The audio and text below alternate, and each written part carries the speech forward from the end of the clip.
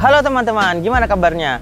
Di video kali ini saya mau memberikan owning experience saya dari sebuah lensa, yaitu lensa Meiki 12mm f2.8.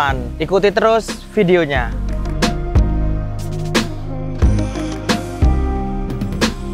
Di video kali ini saya mau sharing nih owning experience saya terhadap lensa ini Meiki 12mm f2.8 ya, lensa ultrawide, karena lensa kitnya Sony itu kan 16mm ya, ini kita dapat di 12mm. Saya dapat ini harga second di 1 juta rupiah aja di marketplace. Kalau teman-teman mau beli baru, harganya nanti kita bahas di akhir ya. Oke teman-teman, lensa ini adalah lensa manual ya, jadi nggak ada autofokusnya, itu jelas. Sebagai perbandingan, kalau teman-teman mau mencari lensa ultrawide buat APS-C-nya Sony, itu ada di Sony 10-18mm yang harga barunya itu sekitar 8 jutaan, harga secondnya sekitar 6 jutaan. Itu autofokus dan itu f4 ya teman-teman. Tapi ini f2.8, jadi kita bisa dapat ultrawide, dan kalau kita agak close up kita bisa dapat sedikit bokehnya gitu teman-teman. Dan untuk low light-nya mungkin cukup so-so lah, tapi menurut saya juga lumayan lah untuk low light-nya. Untuk build quality-nya sendiri, lensa ini seperti lensa Meiki pada umumnya ya, terbuat dari bahan metal, solid ya, nggak kerasa murahan begitu. Kemudian kita juga udah dapet lens hood-nya seperti ini. Memang dia bentuk lensanya agak agak gede ya, depannya menonjol.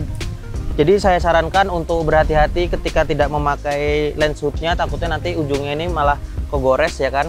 Untuk ring aperture-nya ada kliknya ya teman-teman, jadi enak, nggak meleset. Jadi kita bisa merasakan ada perpindahan yang cukup khas ya dari lensa-lensa manual, yaitu ada kliknya.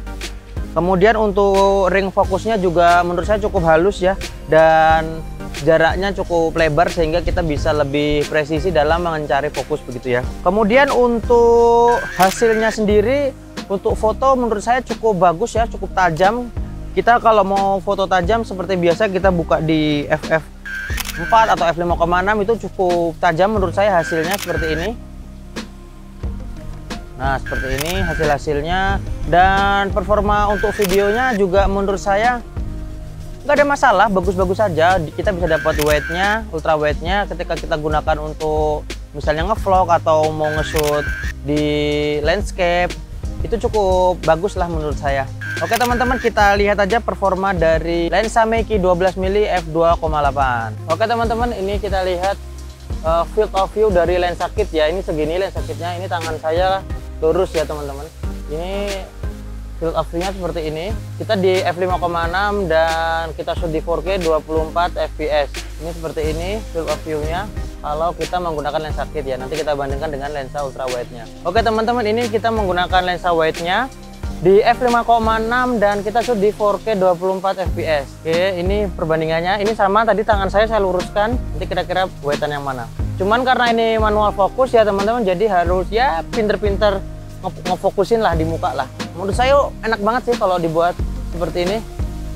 Vlog gini lebar banget field of view-nya. Kalau kita coba di f2.8 ya. Nah, kalau kayak gini di f2.8 nih teman-teman. Ya lumayan agak blur dikit lah, nggak fokus-fokus amat gitu kan. Jadi masih tetap bisa fokus di wajah kita. Oh ya, untuk harga barunya kalau teman-teman cari di marketplace itu sekitar 2,3-an ya. Nanti coba linknya saya taruh di bawah kalau teman-teman mau. Tapi untuk harga barunya pun menurut saya masih tetap worth it ya. Saya pernah mencoba di lensa Canon 10-18 dan adapter Procore. Hasilnya juga cukup bagus ya, tapi sayangnya dia f4,5 paling rendahnya. Jadi agak kurang baik ya di sisi low light-nya. Kemudian juga ring fokusnya terlalu enteng ya di Canon tuh, jadi kita kayak cukup agak sulit, bukan cukup sulit sih maksudnya, mudah tergeser lah atau untuk focusingnya. Dan juga ketika kita menggunakan Canon 10-18 dan adapter Procore di lensa body atau di body Sony, ketika kita menggunakan video itu autofokusnya nggak bisa jalan ya teman-teman. Tapi kalau untuk foto autofokusnya cukup baik, tapi tergantung bodinya juga. Biasanya saya mengetesnya di Sony A6300, di Sony A6400 itu baik-baik aja. Kalau teman-teman juga mau mencari lensa Canon 10-18 itu harganya sekitar 2 jutaan ya, 2,5 jutaan. Ditambah nanti adapternya sekitar 1 jutaan, jatuhnya ya cukup mahal juga, di antara 3,5 sampai 4 juta nanti jatuhnya. Tapi menurut saya kalau teman-teman mau nyoba foto landscape yang agak wide atau ingin move on dari lensa kit Sony, saran saya bisa mencoba lensa ini, Meiki 12mm f2.8 di harga yang cukup relatif terjangkau. Teman-teman bisa menghasilkan foto yang lebih wide gitu kan, jadi the next level of lensa kit begitu ya.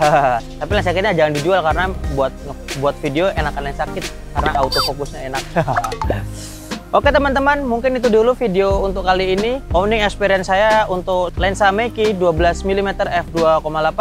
Semoga ada manfaatnya dan sampai ketemu lagi di video-video selanjutnya. Wassalam.